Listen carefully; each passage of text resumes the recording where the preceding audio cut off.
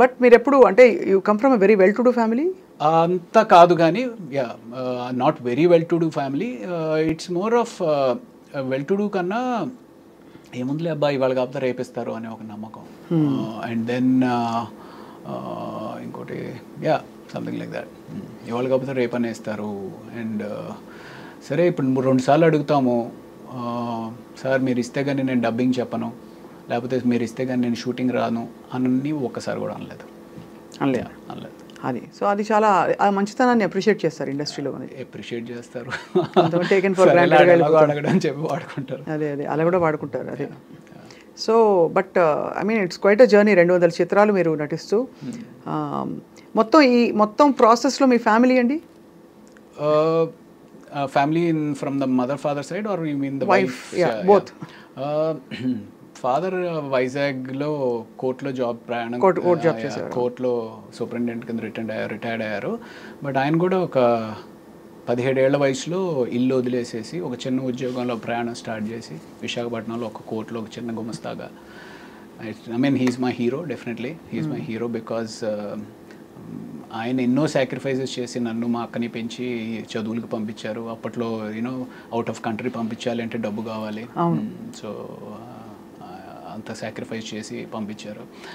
And మా అమ్మ ఏమో ఎప్పుడు she's a very orthodox lady, ఎప్పుడు పూజలు చేసుకుంటూ ఉంటుంది. ఎప్పుడైనా సరే మా వాడు ఇంకా పైకి రావాలని చెప్పి పూజలు చేస్తూ ప్రార్థిస్తూ ఉంటుంది.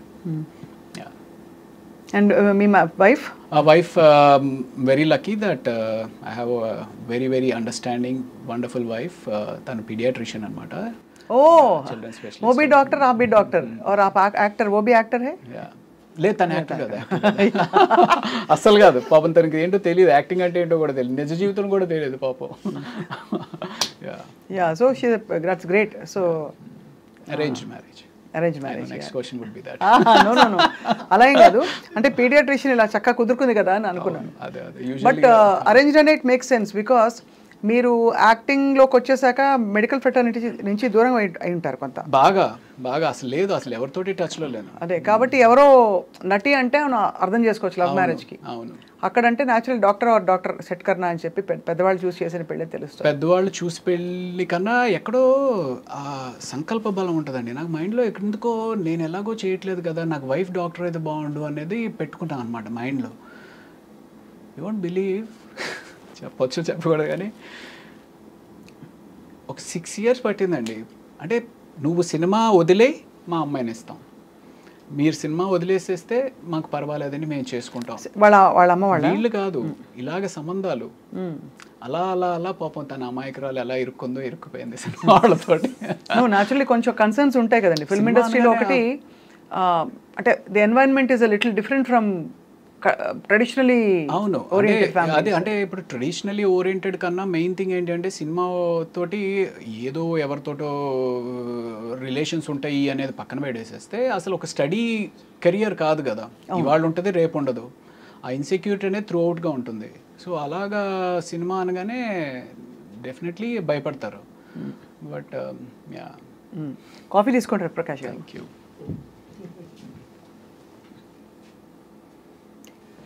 Okay, thank you. So coffee tea తాగుతుంటారా రోజంతా? తాగచ్చా డాక్టర్ గారు? కాఫీ యాక్చువల్లీ మా వైఫ్ అలవాటు చేశారండి, ఇదివరకు నాకు లేదు. బికాస్ వాళ్ళు రెసిడెన్సీలో చాలా ఎక్కువ నైట్ అవుట్స్ చేస్తూ ఉంటారు. సో ఆ రకంగా తను చాలా మంచి కాఫీ చేస్తుంది. సో ఆ రకంగా కాఫీ అలవాటు అయింది. Coffee is very good for health. అంటే once a day, that's what I have. Once a day అయితే నాకైతే డెఫినెట్గా మంచిదే అనిపిస్తుంది. నేను వన్స్ ఏ డేనే తాగుతానండి, కానీ ఎప్పుడు తాగినా ఇప్పుడే రోజు ప్రారంభం అనుకుంటా. So I mean I particularly believe that anything and everything has to be in balance. అంతే. Let that be coffee, let that be money, let that be love, let that be alcohol, anything has to have a balance. మనీకి balance ఏంటి అంటే ఎంత అవసరం అంత సంపాదించాలి, అది తప్పదు. అంతే కదా, అంతే. ఎక్కువ చావాలి అట్లా ఉండకూడదు అంటారు. అదేనా? అంతే. బట్ ఫర్ దట్ మ్యాటర్ మానిటరీగా, ఫైనాన్షియల్గా and even otherwise are you feeling that you have achieved and you feel fulfilled? మానిటరీగా అయితే డెఫినెట్లీ ఇంకా లేదు అని అనిపిస్తుంది మనసుకి. ఇంకా ఇంకా చేయాలి, ఇంకా సంపాదించుకోవాలి, ఇంకా ఫైనాన్షియల్గా బెటర్ అవ్వాలి అనేది అనిపిస్తుంది. గట్టి రోల్ ఏది పడింది రవి గారు మీకు that brought you lot of satisfaction? నాకు ఫస్ట్ ఇచ్చింది వేదం అని చెప్పి, వేదంలో. అవును, క్రిష్ గారు అందులో కూడా మీరు ఇన్వెస్టిగేటింగ్ ఆఫీసర్ కదా. నేను ఒక హిందూ ఫేవరెటిజం ఉన్న పోలీస్ ఒక వ్యక్తి, దానిలో ట్రాన్స్ఫర్మేషన్ బాగుంటుంది.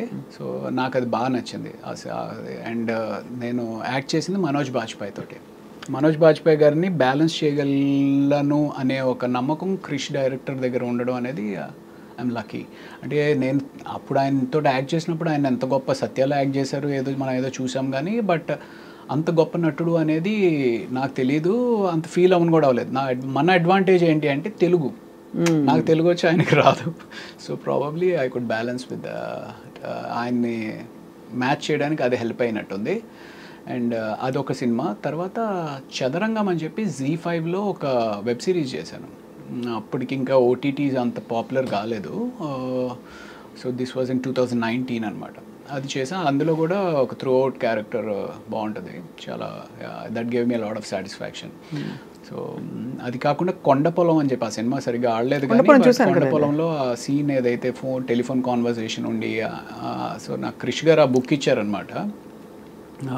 ఆ బుక్ ఇచ్చి చదవమన్నప్పుడు 200 పేజీలు చదివిన తర్వాత కూడా నా క్యారెక్టర్ కనపట్లేదు. ఏంటి మధ్యలో కాఫీ తాగు అనే టైప్లో ఒక డైలాగు, లేకపోతే నేను వెళ్తున్నాను అనే టైప్లో ఒక డైలాగు. ఆ క్యారెక్టర్ పేరు అంకయ్య. ఏంటి 200 పేజీలు అయింది, బుక్ ఇచ్చి చదవమన్నారు అంటే క్యారెక్టర్ ఏదో ఉంటుంది అనుకున్నా. Then that scene came. ఆ సీన్ వచ్చినప్పుడు ఓహో ఈ బాల్ నాదనమాట, ఇందులో 6 కొట్టాలి అని చెప్పి I felt very happy doing that.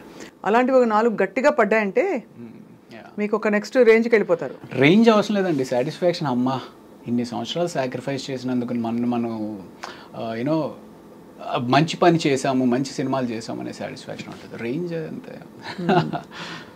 So మీరు పెద్దవాళ్ళు పెట్టిన పేరు రవి, కరెక్ట్. తర్వాత తప్పుగా అచ్చు తప్పులో రవికాంత్ అయ్యారు. అచ్చు తప్పు కాదు, నేను ఇందాక మీకు చెప్పాను నాకు ఒక ఫ్రెండ్ అసిస్టెంట్ డైరెక్టర్ పరిచయం అయ్యాడు, తనతోటే నేను ఉస్మానియా హాస్టల్లో ఉండేవాడిని అని కదా. తను సో ఇలాగ సినిమా అవుతుందనేది అదంతా అసలు మనకి స్పృహలో లేదనమాట. వెళ్ళడము ఏదో అంతా అయోమయంగా ఉండింది. నెక్స్ట్ డే చూస్తే పేపర్లో రాళ్లపల్లి రవికాంత్ అని చెప్పి ఒక ఫోటో పడింది. అరే రవికాంత్ ఏంటి అని చెప్పి నేను అనుకున్నాను. సరే వెళ్ళి ఏంటి సార్ రవికాంత్ అని పెట్టేశారు ఏంటండి అని అడిగితే, అవును నీ పేరు రవికాంత్ అంట కదా, శ్రీను చెప్పాడు అంటే, శ్రీను వెళ్ళి అడిగా, రజనీకాంత్, శ్రీకాంత్, విజయకాంత్ లాగా రవికాంత్ నువ్వు కూడా పెద్ద హీరో అయిపోతావు, రవికాంత్ బాగుంది అని చెప్పి తను పెట్టేశాడు అనమాట.